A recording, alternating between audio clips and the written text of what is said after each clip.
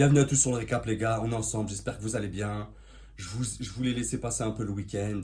On a eu Canelo Monguia dans la nuit de samedi à dimanche. Là on a eu Inoue contre Neri, donc je voulais parler des deux tranquillement ensemble. Je me suis dit ça servait à rien de faire des réactions à chaque combat, comme les deux ils se succédaient à un jour d'intervalle, donc je me suis dit on va en parler ensemble tranquillement. Donc on a passé un bon week-end box les gars. On va parler de Canelo Monguia en premier. On va faire quoi? 5 minutes sur chaque combat, c'est amplement suffisant. Donc Canelo Monguia les gars. Bon, pas de surprise sur la chaîne, hein. De toute façon la plupart on avait pronostiqué ensemble une victoire de Canelo. Même si on a essayé de défendre, certains d'entre vous ont essayé de défendre quand même Monguia, et même moi dans ma vidéo, voilà, où j'essaie de... Quand même, il est légitime pour faire ce combat. Mais on voit clairement que voilà, Canelo, il a fait un sparring avec lui, les gars, il était au-dessus. Tu vois, en termes de feinte, d'esquive, de puissance, de niveau d'expérience, de variation de zone de frappe.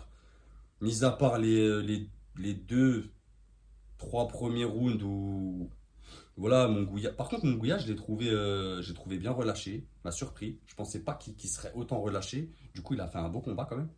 Il aurait pas pu faire mieux en vérité. Il a fait son combat. Du coup, il a fait son fight. Mais Canelo, voilà, c'est solide. L'expérience. Les bras arrière en uppercut, il rentrait. Les jabs en ligne, il rentrait. Le 1-2, ça rentrait plein pot. Monguia, on connaissait ses lacunes défensives, hein, trop ouvert quand il attaque, tout ça, bref, on va pas revenir là-dessus.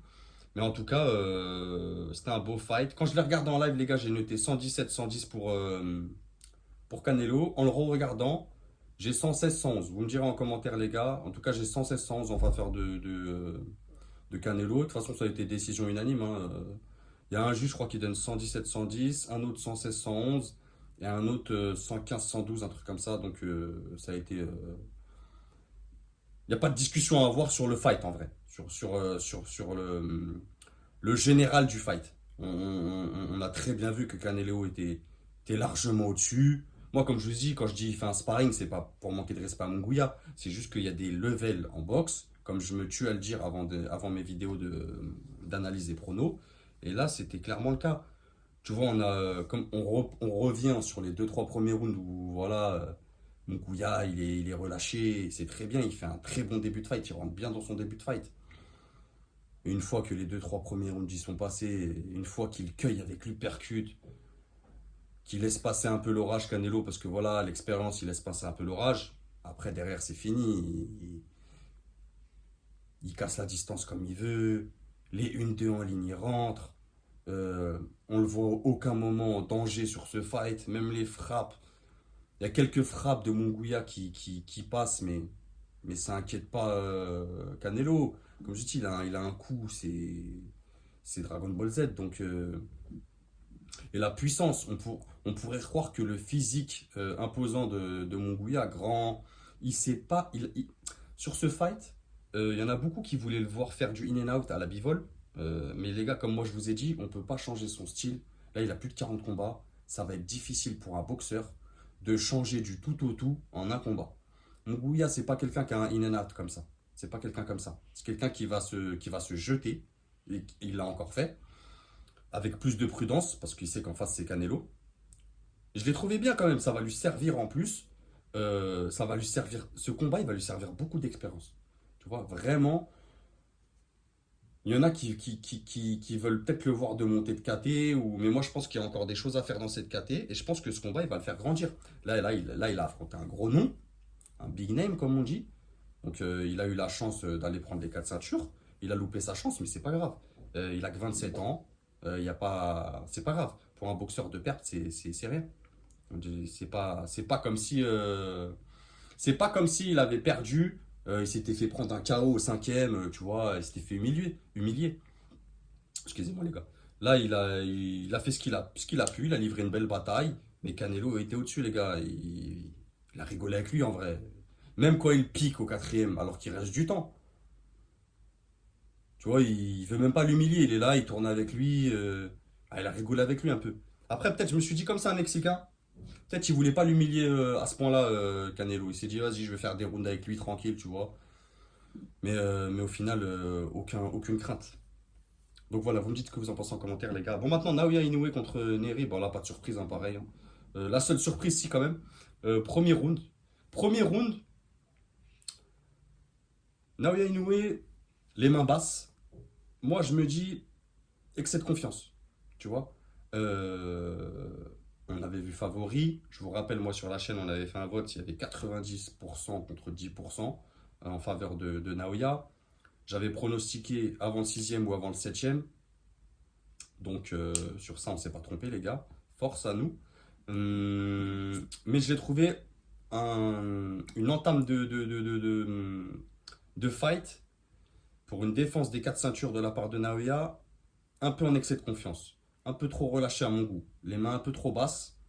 Sachant que Neri, même si oui, il a des grosses lacunes défensives, on savait très bien qu'il allait rien faire contre un Naoya, il se fait toucher. Alors il se fait toucher par un crochet gauche de Neri qui frappe quand même fort, hein. Donc c'est bien, ça va lui servir aussi juste derrière. Dans le deuxième, il réajuste, il se réadapte. Je pense qu'il avait aussi une pression. Derrière, il touche pareil, crochet gauche, il rééquilibre la balance. Et après, c'est fini. Après, passer le deuxième round, c'était fini. Troisième round, déjà Neri commence à avoir les yeux tout rouges. On sent que les frappes, elles piquent, travaillent au corps. Naoya, ça tape partout. Euh, et on arrive, ce qui peut arriver de pire à un boxeur légendaire comme ça, qui est Naoya. Au quatrième round, on voit un Naoya complètement relâché.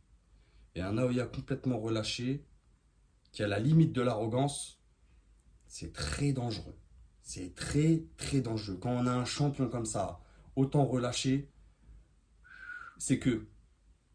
Parce que nous, les gars, il y a ce qu'on voit de notre télé et tout ça, mais il y a eux ce qu'ils ressentent dans le ring.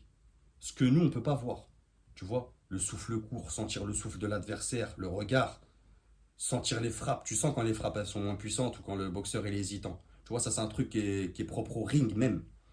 Donc je pense que Naoya, une fois qu'il avait senti ça, il était complètement relâché. Et là, c'était fini. Là, c'était le carnaval. Ah, il lui a envoyé des parpaings, les gars, ils sont rentrés. Et je le rappelle, hein, Naoya Inoue, c'est des météores dans les deux mains. Et comme un Beterbiev, c'est des gens qui n'ont pas besoin de beaucoup d'espace. Ça veut dire même en intérieur, ils ont des crochets courts qui font mal, des frappes au corps qui te brisent, au même titre qu'un Subriel Matias aussi, je pourrais citer, pareil, qui sont très très dangereux, qui maîtrisent très bien leur relâchement et leur zone d'impact. Tu vois, c'est vraiment une milliseconde. Ils sont très relâchés et au dernier moment, ils appuient vraiment, ils mettent tout le poids du corps. Ça, c'est très rare pour des boxeurs et eux, ils l'ont. Parmi eux, hein, il y en a d'autres, mais eux, ils l'ont en tout cas. Et du coup, dans le cinquième, ce qu'il le met dans le cinquième, moi, je me dis, après le cinquième, je me dis, Neri, ils jettent l'éponge. Tu vois, il prend des rafales, les gars. Eh, courageux, les Mexicains. Ça, on peut pas lui enlever. Mais bon, je pense qu'il a pris un bon chèque. Et pareil, le chaos qu'il lui met dans le sixième, il est incroyable. Franchement, encore sur un crochet gauche. J'avais peur pour Neri, je savais que c'était dangereux pour lui et malheureusement ça s'est révélé le cas. Prendre des KO comme ça, c'est toujours dangereux. Parce que même si dans le premier il touche Naoya, il se relève direct Naoya, tu vois. On voit que derrière il sait que la tempête elle va souffler, il restait pas mal de temps, 1 minute 30. Voilà, mais on le voit quand même, il est sur ses appuis, il est là, il passe en dessous, il esquive, il tourne, il sait que Neri va tout donner, donc il a l'intelligence d'un champion, il tourne. Mais quand Neri il est touché, derrière c'est dur. C'est très très très dur. Donc franchement les gars, week-end parfait de boxe. Les gars, on va se retrouver vendredi. Je fais un station box. Donc épisode 3, soyez au rendez-vous, 20h, 21h, comme d'hab, on change pas. Prenez soin de vous. Dites-moi ce que vous en avez pensé en commentaire de Canelo Munguia, de Naoya Inoue contre Neri. Qui vous verrez non, qui vous verrez pour Canelo, on va en faire une vidéo les gars. Parce que c'est intéressant. Parce que là, je pense qu'il est vraiment sur une fin de carrière et que ses choix vont être décisifs pour bien finir. Après, Munguia, moi, je le vois encore rester dans cette KT. Je pense qu'il y a encore des choses. Je pense qu'il y a encore des choses à faire. Naoya Inoue, il est bien installé dans cette KT, on l'a vu qu'il était puissant, rapide. Donc, puis là, il n'y a personne pour le déranger, donc il peut faire des combats tranquilles. Il est à l'aise. Donc dites-moi les gars ce que vous en pensez en commentaire. Prenez soin de vous. Ciao les gars.